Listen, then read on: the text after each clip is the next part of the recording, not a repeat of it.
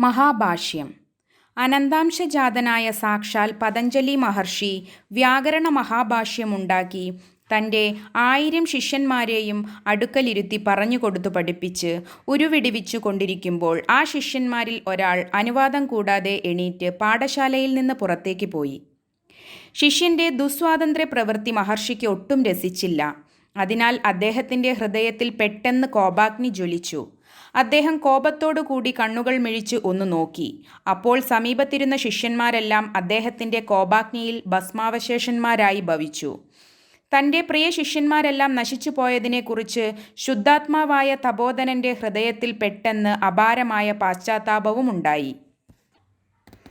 ജനോപകാരാർത്ഥം താൻ ഉണ്ടാക്കിയ മഹാഭാഷ്യമെല്ലാം ഗ്രഹിച്ചവരായ ശിഷ്യന്മാരെല്ലാവരും നശിച്ചു പോയല്ലോ എന്നു വിചാരിച്ച് മഹർഷി വിഷാദിച്ചു കൊണ്ടിരിക്കുമ്പോൾ മുൻപ് പുറത്തേക്കിറങ്ങിയ ശിഷ്യൻ വിവരമറിഞ്ഞ് അദ്ദേഹത്തിൻ്റെ അടുക്കൽ വന്ന്, "അല്ലയോ സ്വാമിൻ, അവിടുന്ന് ഒട്ടും വിഷാദിക്കേണ്ട. അവിടേക്ക് ശിഷ്യനായിട്ട് ഞാനുണ്ടല്ലോ. മഹാഭാഷ്യം മുഴുവനും എനിക്ക് ഹൃദിസ്ഥമായിട്ടുണ്ട്. ഞാനതിനെ ജനോപകാരാർത്ഥം ശിഷ്യപരമ്പരയാ പ്രചരിപ്പിച്ചു കൊള്ളാം" എന്നു പറഞ്ഞു. അപ്പോൾ മഹർഷിയുടെ മനസ്സിൽ വീണ്ടും കോപാഗ്നി ജ്വലിക്കയാൽ, "എടാ ദ്രോഹി, നീ നിമിത്തമല്ലേ എൻ്റെ പ്രിയ ശിഷ്യന്മാരെല്ലാം നശിച്ചു പോയത്? അതിനാൽ നീയും ഭസ്മമായി പോകട്ടെ" എന്ന് ആ ശിഷ്യനെയും ശപിച്ചു ഭസ്മമാക്കി. പിന്നെയും മഹർഷിക്ക് വലിയ വിഷാദമായി. ശുദ്ധാത്മാക്കൾക്ക് കോപവും പാശ്ചാത്താപവും പെട്ടെന്നുണ്ടാകുമല്ലോ.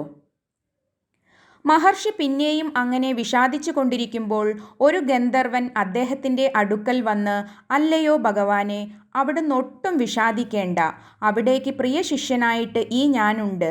ഞാനൊരു ഗന്ധർവനാണ്. ഞാൻ വളരെ കാലമായി ഈ ആശ്രമ സമീപത്തിങ്കൽ നിൽക്കുന്ന അശ്വത്ഥവൃക്ഷത്തിന്മേൽ ഇരുന്നിരുന്നു. അവിടുന്ന് മഹാഭാഷ്യം ശിഷ്യന്മാർക്ക് ചൊല്ലിക്കൊടുക്കുന്നത് കേട്ടുകേട്ട് അതെല്ലാം ഞാൻ ഗ്രഹിച്ചിരിക്കുന്നു. അതിനാൽ എന്നെ അവിടുന്ന് ഒരു ശിഷ്യനായി സ്വീകരിച്ചു കൊണ്ടാലും" എന്നു പറഞ്ഞു. അപ്പോൾ പിന്നെയും മഹർഷിക്ക് കോപമാണുണ്ടായത്. "നീ എൻ്റെ മനസ്സുകൂടാതെയും ഞാൻ ഉപദേശിക്കാതെയും എൻ്റെ ഭാഷ്യം ഒളിച്ചിരുന്ന് ഗ്രഹിച്ചതിനാൽ നീയൊരു ബ്രഹ്മരാക്ഷസനായി പോകട്ടെ" എന്ന് മഹർഷി ആ ഗന്ധർവനെ ശപിച്ചു. ഇതു കേട്ടപ്പോൾ ഗന്ധർവൻ ഏറ്റവും പരവശനായി തീരുകയാൽ വിനയസമേതം മഹർഷിയുടെ കാൽക്കൽ വീണ് നമസ്കരിച്ചിട്ട് ശാപമോക്ഷത്തിനായി അപേക്ഷിച്ചു. ശുദ്ധഹൃദയനായ മഹർഷി ഉടനെ പ്രസാദിച്ച്, "നീ എൻ്റെ ഭാഷ്യം അത് ഗ്രഹിക്കാൻ യോഗ്യതയുള്ള ഒരാൾക്ക് ഉപദേശിച്ചു കൊടുക്കണം. ഭാഷ്യം മുഴുവനും ഉപദേശിച്ചു കഴിയുമ്പോൾ നീ ശാപമുക്തനായി നിജസ്ഥിതി പ്രാപിക്കും" എന്നു പറഞ്ഞ് ഗന്ധർവനെ അനുഗ്രഹിച്ചു.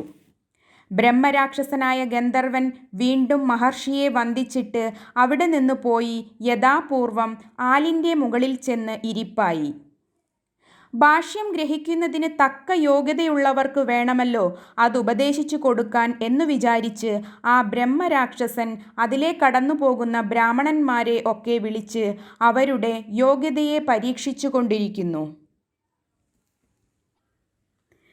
ബ്രഹ്മരാക്ഷസന്റെ പരീക്ഷ എങ്ങനെയെന്നാൽ, തൻ്റെ അടുക്കൽ വരുന്നവരോട് ചേർന്ന ഇഷ്ടാം കീ രൂപം എന്നൊരു ചോദ്യം ചോദിക്കും. അതിന് ശരിയായ ഉത്തരം പറയാത്തവരെ അവൻ പിടിച്ചു ഭക്ഷിക്കുകയും ചെയ്യും. ഇങ്ങനെയാണ് ഏർപ്പാട്. ഈ ചോദ്യത്തിന് പക്തം എന്നും മറ്റും ചില അബദ്ധങ്ങളായ ഉത്തരങ്ങളല്ലാതെ ശരിയായി ആരും പറയായ്കയാൽ ആ ബ്രഹ്മരാക്ഷസൻ അസംഖ്യം മഹാബ്രാഹ്മണരെ പിടിച്ചു ഭക്ഷിച്ചു. അങ്ങനെ വളരെ കാലം കഴിഞ്ഞു. അങ്ങനെയിരിക്കുന്ന കാലത്ത് ഒരു ദിവസം സർവശാസ്ത്രപരംഗതനും വേദജ്ഞനും വേദാന്തിയും യോഗശാസ്ത്രവരാശിയും വിരക്തനുമായ ഒരു ബ്രാഹ്മണശ്രേഷ്ഠൻ അതിലെ വന്നു. അദ്ദേഹം സന്യസിക്കണമെന്ന് നിശ്ചയിച്ച് തനിക്ക് ക്രമസന്യാസം തരുന്നതിനും തൻ്റെ ഗുരുവായി സ്വീകരിക്കുന്നതിനും തക്ക യോഗ്യതയുള്ള ഒരാളെ കണ്ടുകിട്ടുന്നതിനായി അന്വേഷിച്ചു നടക്കുകയായിരുന്നു. ആ ബ്രാഹ്മണനെയും കണ്ടയുടനെ ബ്രഹ്മരാക്ഷസൻ തൻ്റെ അടുക്കൽ വിളിച്ച് മേൽപ്പറഞ്ഞ ചോദ്യം ചോദിച്ചു. അദ്ദേഹം പക്വം എന്ന് ഉത്തരം പറഞ്ഞു. ഇതു കേട്ടപ്പോൾ ബ്രാഹ്മണനു മഹാഭാഷ്യം ഗ്രഹിക്കാൻ തക്ക യോഗ്യതയുണ്ടെന്ന് നിശ്ചയിച്ച് ബ്രഹ്മരാക്ഷസൻ അദ്ദേഹത്തിന് ഉപദേശിച്ചു കൊടുക്കാൻ ആരംഭിച്ചു. ബ്രഹ്മരാക്ഷസൻ ആലിന്മേലും ബ്രാഹ്മണൻ ആൽത്തറയിലുമിരുന്നു. ആദ്യം തന്നെ ബ്രഹ്മരാക്ഷസൻ ബ്രാഹ്മണനു വിശപ്പും ദാഹവും ഉറക്കവും വരാതെയിരിക്കാനായി ഒരു ദിവ്യൌഷധം കൊടുത്തു സേവിപ്പിച്ചിട്ടാണ് ഭാഷ്യം ഉപദേശിക്കാൻ തുടങ്ങിയത്. ബ്രഹ്മരാക്ഷസൻ ആ ആലിൻ്റെ ഇല പറിച്ച് ഭാഷ്യം കുറേശ്ശെ എഴുതിക്കൊടുക്കുകയും ബ്രാഹ്മണൻ അതു നോക്കി ധരിക്കുകയുമായിട്ടാണ് പഠിപ്പിക്കുകയും പഠിക്കുകയും ചെയ്തത്. ബ്രഹ്മരാക്ഷസൻ എഴുതിയിടുന്നത് ബ്രാഹ്മണൻ നോക്കി ധരിച്ചു കഴിഞ്ഞാൽ പിന്നെയും ബ്രഹ്മരാക്ഷസൻ എഴുതിയിട്ടു കൊടുക്കും. ഇങ്ങനെ 6 മാസക്കാലം കഴിഞ്ഞപ്പോൾ മഹാഭാഷ്യം മുഴുവനും ഉപദേശിക്കുകയും ബ്രാഹ്മണൻ ധരിക്കുകയും കഴിഞ്ഞു. അപ്പോൾ ബ്രഹ്മരാക്ഷസൻ ശാപമുക്തനായി പൂർവസ്ഥിതിയിൽ ഗന്ധർവത്വത്തെ പ്രാപിക്കുകയും ചെയ്തു. ഉടനെ ബ്രാഹ്മണൻ തൻ്റെ ഗുരുവായ ഗന്ധർവനെ വന്ദിച്ച് യാത്രയും പറഞ്ഞ് അവിടെ നിന്നു യാത്രയായി. അപ്പോൾ ആ ഗന്ധർവൻ തൻ്റെ പ്രിയ ശിഷ്യനായ ബ്രാഹ്മണനെ വേണ്ടും വണ്ണം അനുഗ്രഹിച്ചിട്ട്, അല്ലയോ ബ്രഹ്മണോത്തമ, അങ്ങേക്ക് ക്ഷുൽപിപാസകളുടെയും നിദ്രയുടെയും ബാധ ഉണ്ടാകാതിരിക്കാനായി ഞാൻ തന്ന ആ ദിവ്യ ഔഷധത്തിൻ്റെ ശക്തി അങ്ങേക്ക് ജലസ്പർശമുണ്ടായാൽ നശിച്ചു പോകും. ഉടൻ ഭവാൻ നിദ്ര പ്രാപിക്കുകയും ചെയ്യും. പിന്നെ അങ്ങ് 6 മാസക്കാലം കഴിയാതെ ഉണരുകയുമില്ല.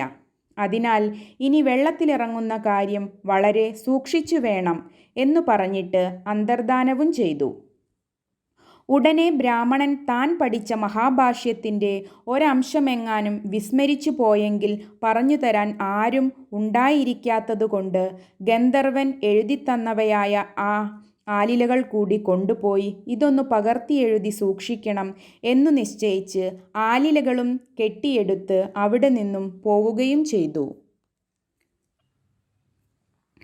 ആ ബ്രാഹ്മണൻ പിന്നെയും പല സ്ഥലങ്ങളിൽ സഞ്ചരിച്ച് ഒരു ദിവസം ഒരു ദിക്കിൽ ചെന്നപ്പോൾ മാർഗമധ്യേയുള്ള ഒരു നദി ഇറങ്ങിക്കടക്കേണ്ടതായി വന്നു.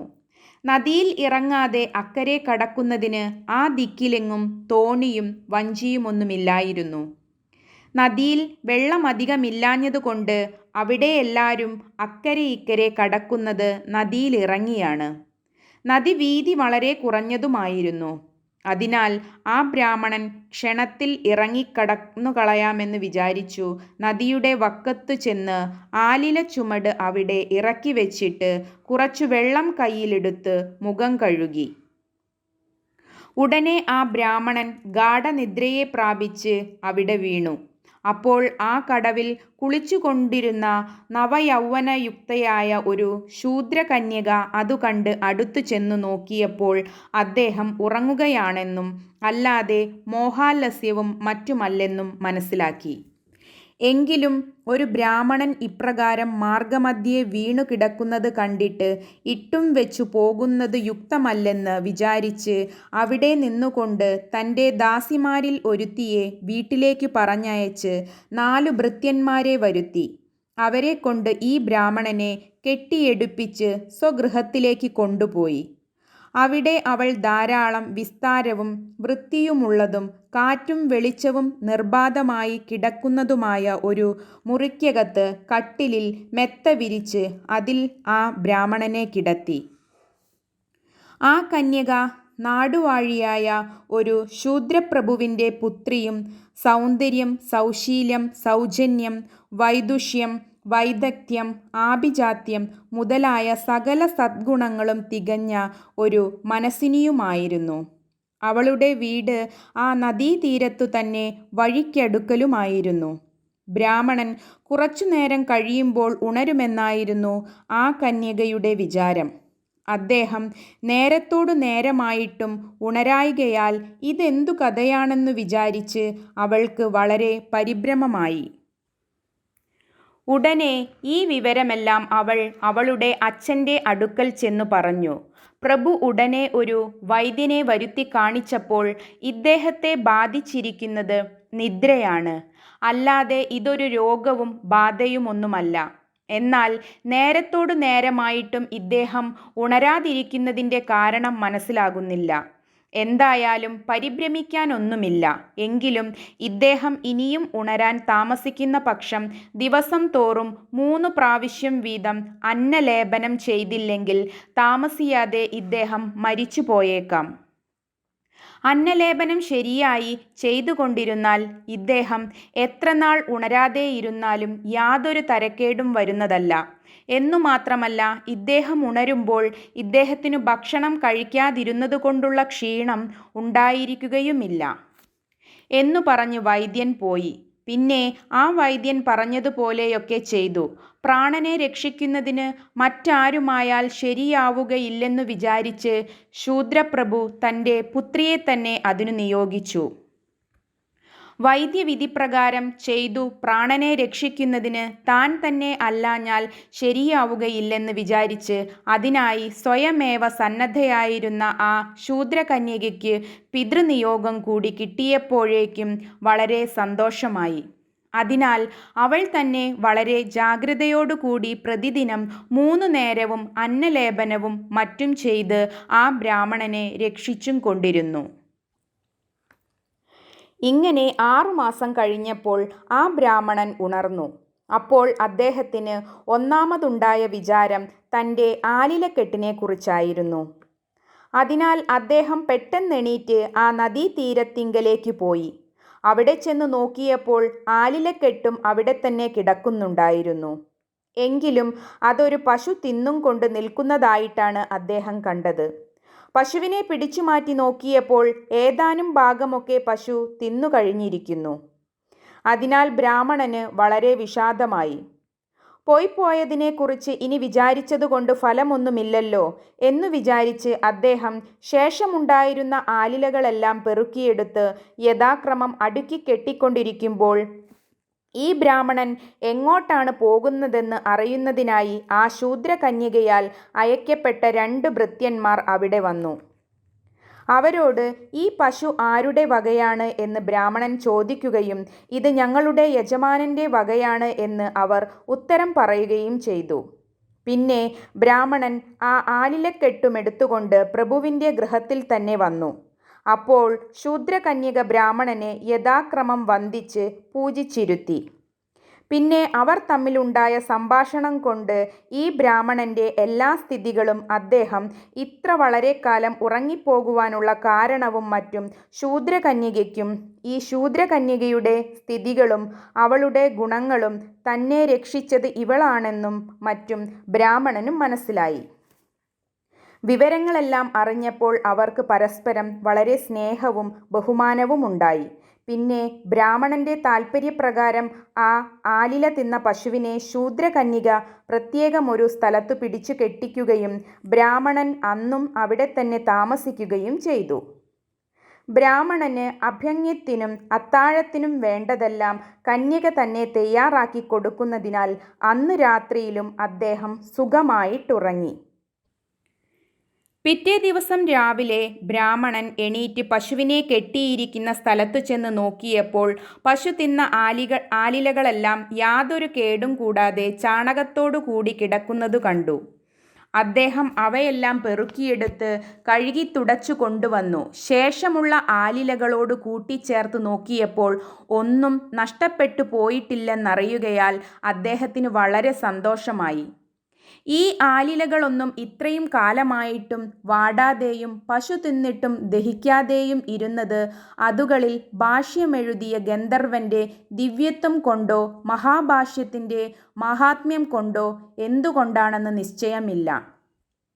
എന്തെങ്കിലും ഒരു ദിവ്യശക്തി കൊണ്ടായിരിക്കണം, അല്ലാതെ ഇങ്ങനെ വരുന്നതല്ലല്ലോ. പിന്നെ ആ ബ്രാഹ്മണൻ ആ ആലിലകളെല്ലാം കൂടി കൂട്ടിക്കെട്ടി തയ്യാറാക്കി വെച്ചു. യാത്ര പറയാനായി ആ ശൂദ്രകന്യകയെ അടുക്കൽ വിളിച്ചു. ഇപ്പോൾ 5-6 മാസമായല്ലോ ഞാനിവിടെ വന്നിട്ട്. ഇനിയിപ്പോൾ ഞാൻ പോകുവാൻ ഭാവിക്കുകയാണ്. ഇത്രയും കാലം നീ എന്നെ വേണ്ടുന്ന ശുശ്രൂഷകളെല്ലാം ചെയ്ത് രക്ഷിച്ചു എന്നല്ല, നീ എൻ്റെ പ്രാണരക്ഷ ചെയ്തു എന്നു തന്നെ പറയാം. നീ എനിക്ക് ചെയ്ത ഈ ഉപകാരത്തിന് തക്കതായ പ്രതിഫലമൊന്നും ഞാൻ കാണുന്നില്ല. എങ്കിലും ഇതിനെക്കുറിച്ചൊന്നും പറയാതെ പോയാൽ ഞാൻ കേവലം കൃതജ്ഞനാകുമല്ലോ. അതുകൊണ്ട് ചോദിക്കുന്നതാണ്, നിന്റെ ആഗ്രഹം എന്താണെന്നു പറഞ്ഞാൽ അത് സാധിക്കുന്നതിനായി നിന്നെ ഞാൻ അനുഗ്രഹിക്കാം. എൻ്റെ അനുഗ്രഹം ഒരിക്കലും വിഫലീഭവിക്കുന്നതല്ല. ഇതല്ലാതെ ഒന്നും തരാനായിട്ട് ഞാൻ കാണുന്നില്ല. അതിനാൽ നിന്റെ ആഗ്രഹമെന്താണെന്ന് പറയണം എന്ന് പറഞ്ഞു. അപ്പോൾ ആ കന്യക വിനയസമേതം തൊഴുതും കൊണ്ട്, അല്ലയോ സ്വാമിൻ, ഞാൻ ജനിച്ചതിൽ പിന്നെ ഒരു പുരുഷൻ്റെ പാദശുശ്രൂഷ ചെയ്യുന്നതിനാണ് എനിക്ക് ഭാഗ്യം സിദ്ധിച്ചത്. അതിനാൽ ഈ ജന്മത്തിൽ മറ്റൊരു പുരുഷൻ്റെ ശുശ്രൂഷ ചെയ്യുവാൻ സംഗതിയാകാതെ ഇരുന്നാൽ കൊള്ളാമെന്നല്ലാതെ വേറെ യാതൊരാഗ്രഹവും എനിക്കില്ല. അതിനാൽ അവിടുന്ന് കൃപയുണ്ടാക്കി ഞാൻ അവിടുത്തെ ഭാര്യയായി തീരാനായിട്ട് എന്നെ അനുഗ്രഹിക്കണം. ഇതിലധികമായി ഒരനുഗ്രഹവും വേണമെന്ന് ഞാൻ ആഗ്രഹിക്കുന്നില്ല. ഇതിൽ വലിയതായ ഒരനുഗ്രഹമുണ്ടെന്ന് ഞാൻ വിചാരിക്കുന്നുമില്ല. ഈ അനുഗ്രഹം എനിക്ക് ലഭിക്കുന്നുവെങ്കിൽ എൻ്റെ ജന്മം സഫലമായി എന്നു പറഞ്ഞു. ആ ശൂദ്രകന്യകയുടെ ഈ വാക്കുകൾ കേട്ടപ്പോൾ ബ്രാഹ്മണന് വളരെ വിചാരമായി. കഷ്ടം! ഇഹലോക സുഖങ്ങളെ അശേഷം ഉപേക്ഷിച്ച് സന്യാസ്യം വാങ്ങിക്കുന്നതിനായി ഗുരുവിനെ അന്വേഷിച്ചു നടക്കുന്ന ഞാൻ ഇവളെ വിവാഹം ചെയ്യുന്നതെങ്ങനെയാണ്? പ്രാണരക്ഷ ചെയ്ത ഇവളുടെ അപേക്ഷയെ ഉപേക്ഷിക്കുന്നതെങ്ങനെയാണ്? 4ാമത്തെ ആശ്രമത്തെ ആഗ്രഹിച്ചു നടക്കുന്ന ഞാൻ 2ാമത്തെ ആശ്രമത്തെ കൈക്കൊള്ളണമെന്നായിരിക്കുമോ ഈശ്വരവിധി? ഇങ്ങനെ ആയാൽ തന്നെയും ബ്രഹ്മകുലജാതനായ ഞാൻ ശൂദ്രകുലജാതയായ ഇവളെ ആദ്യമായി വിവാഹം ചെയ്യുന്നത് വിഹിതമല്ലല്ലോ. ഒരു ബ്രാഹ്മണന് ബ്രഹ്മ ക്ഷത്ര വൈശ്യകുലങ്ങളിൽ നിന്ന് യഥാക്രമം ഓരോ വിവാഹം ചെയ്തല്ലാതെ ഒരു ശൂദ്രകന്യകയെ വിവാഹം ചെയ്യുവാൻ പാടില്ല എന്നാണല്ലോ ശാസ്ത്രം. അതിനാൽ ഇവളെ വിവാഹം ചെയ്യണമെങ്കിൽ അതിനു മുൻപായി 3 ജാതിയിലുള്ള 3 കന്യകമാരെ വിവാഹം ചെയ്യേണ്ടിയിരിക്കുന്നു. ഒരു വിവാഹവും വേണ്ടെന്നു വിചാരിച്ചിരുന്ന എനിക്ക് ഇങ്ങനെ വേണ്ടി വരുന്നത് അത്യാശ്ചര്യമായിരിക്കുന്നു. ഇത് ഈശ്വരൻ എന്നെ പരീക്ഷിക്കുകയായിരിക്കുമോ? അഥവാ ഒരു പ്രകാരം വിചാരിച്ചാൽ അതും നല്ലതു തന്നെയാണ്. ശാസ്ത്രം കൊണ്ടും യുക്തി കൊണ്ടും അനുഭവം കൊണ്ടും സംസാരത്തിൻ്റെ നിസ്സാരത അറിഞ്ഞിട്ട് മനസ്സിലുണ്ടാകുന്ന വിരക്തിക്ക് കുറച്ചുകൂടി ബലമുണ്ടായിരിക്കും. അതിനാൽ ഏതായാലും ഇവളുടെ ആഗ്രഹം സാധിപ്പിച്ചിട്ട് പിന്നെ നമ്മുടെ ആഗ്രഹവും സാധിക്കാം, അല്ലാതെ നിവൃത്തിയില്ല എന്നിങ്ങനെ വിചാരിച്ചിട്ട് ആ ബ്രാഹ്മണൻ ശൂദ്രകന്യകയോട്, അല്ലയോ ഭദ്രേ, നിന്റെ ഹിതത്തെ അനുവർത്തിക്കുന്നതിന് ഞാൻ സദാ സന്നദ്ധനാണ്. എങ്കിലും ഒരു ബ്രാഹ്മണനായ ഞാൻ ശൂദ്രകന്യകയായ നിന്നെ വിവാഹം ചെയ്യുന്നതിന് ബ്രാഹ്മണകുലത്തിൽ നിന്നും ക്ഷത്രിയ കുലത്തിൽ നിന്നും വൈശ്യകുലത്തിൽ നിന്നും ഓരോ കന്യകമാരെ വിവാഹം ചെയ്തിട്ടല്ലാതെ പാടില്ല. അങ്ങനെയാണ് ശാസ്ത്രവിധി. അതിനാൽ ഞാൻ പോയി 3 വിവാഹം ചെയ്തതിനു ശേഷം നിന്നെയും വിവാഹം ചെയ്തു കൊള്ളാം. അതുവരെ നീ ക്ഷമിക്കണം എന്നു പറഞ്ഞു. ഇതു കേട്ട് സന്തോഷസമേതം ശൂദ്രകന്യക, ശാസ്ത്രവിധി പ്രകാരമല്ലാതെ ഒന്നും ചെയ്യണമെന്ന് എനിക്ക് നിർബന്ധമില്ല. എൻ്റെ അപേക്ഷയെ സദയം അങ്ങ് സ്വീകരിക്കുന്നുവെങ്കിൽ അതിനായിട്ട് എത്ര കാലം വേണമെങ്കിലും കാത്തിരിക്കുന്നതിന് എനിക്ക് യാതൊരു വിരോധവുമില്ല എന്നു പറഞ്ഞു. എന്നാൽ അങ്ങനെയാവട്ടെ എന്നു പറഞ്ഞ് ബ്രാഹ്മണൻ അദ്ദേഹത്തിൻ്റെ ആലിലക്കെട്ടുമെടുത്ത് സ്വദേശത്തേക്ക് തിരിച്ചു പോവുകയും ചെയ്തു. അനന്തരം ആ ബ്രാഹ്മണൻ സ്വഗൃഹത്തിൽ ചെന്ന് താമസിച്ചുകൊണ്ട് ബ്രാഹ്മണകുലത്തിൽ നിന്നും ക്ഷത്രിയ കുലത്തിൽ നിന്നും വൈശ്യകുലത്തിൽ നിന്നും ഓരോ കന്യകമാരെ യഥാക്രമം വിവാഹം ചെയ്തതിൻ്റെ ശേഷം ഒടുക്കം ഈ ശൂദ്രകന്യകയെയും യഥാവിധി വിവാഹം കഴിച്ചു. അങ്ങനെ ആ ബ്രാഹ്മണൻ 4 ഭാര്യമാരോടു യഥാസുഖം സ്വഗൃഹത്തിൽ താമസിച്ച കാലത്ത് ആ 4 ഭാര്യമാരിൽ നിന്നും അദ്ദേഹത്തിന് ഓരോ പുത്രന്മാരുണ്ടായി. പുത്രന്മാരുടെ ജാതകർമ്മം മുതൽ സമാവർത്തനം വരെയുള്ള സകല ക്രിയകളും അദ്ദേഹം യഥാകാലം വേണ്ടതുപോലെ ചെയ്തു. പുത്രന്മാരെ യഥാക്രമം അദ്ദേഹം തന്നെ വിദ്യാഭ്യാസം ചെയ്യിച്ചു. ആ പുത്രന്മാർ 4 പേരും അതിയോഗ്യന്മാരും സകല ശാസ്ത്ര പരംഗതരും പിതൃതുല്യ ഗുണവാന്മാരുമായി തീരുകയും ചെയ്തു. ആദ്യപുത്രനായ ബ്രാഹ്മണകുമാരനെ അദ്ദേഹം വിശേഷിച്ച് വേദാധ്യയനവും ചെയ്യിച്ചു.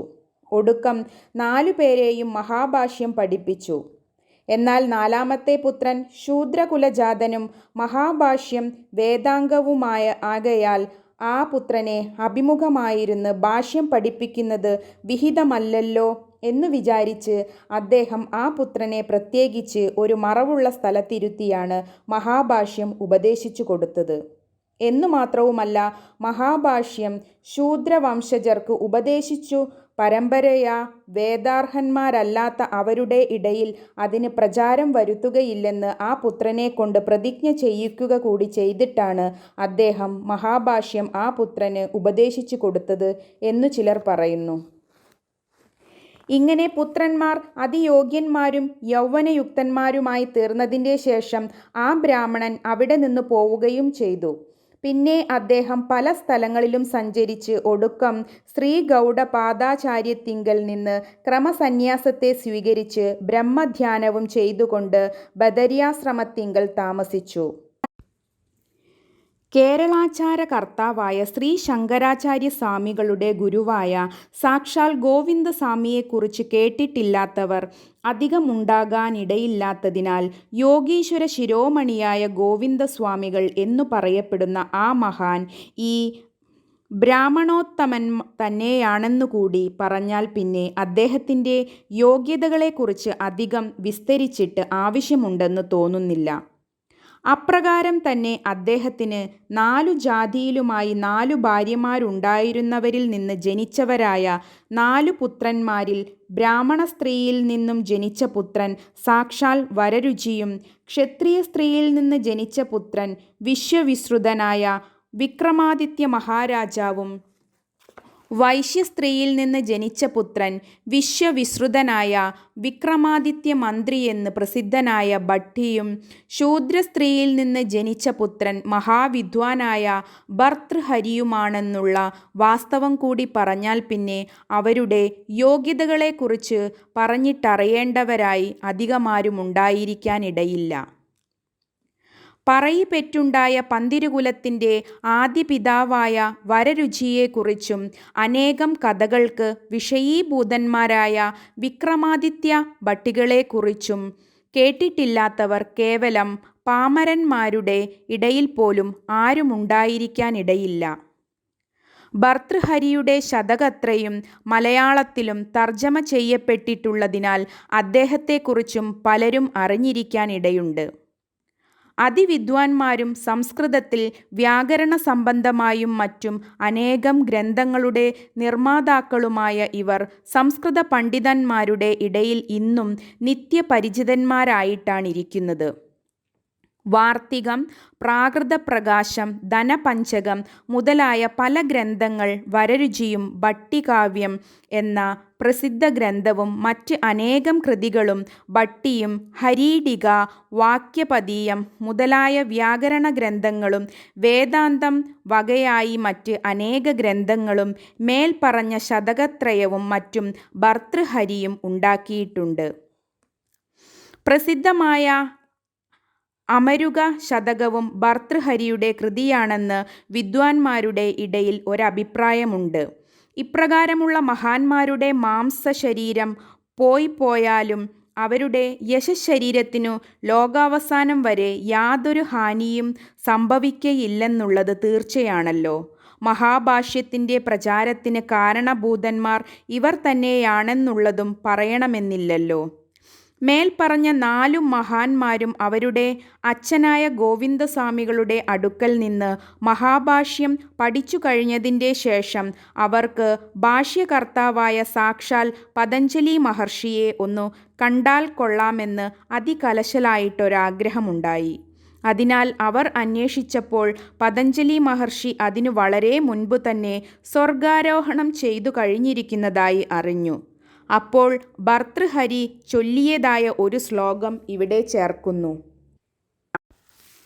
അഹോ ഭാഷ്യമഹോ ഭാഷ്യമഹോ വയമഹോ വയം അദൃഷ്ട്വാസ്മാൻ ഗതസ്വർഗമകൃതാർത്ഥ പതഞ്ജലി.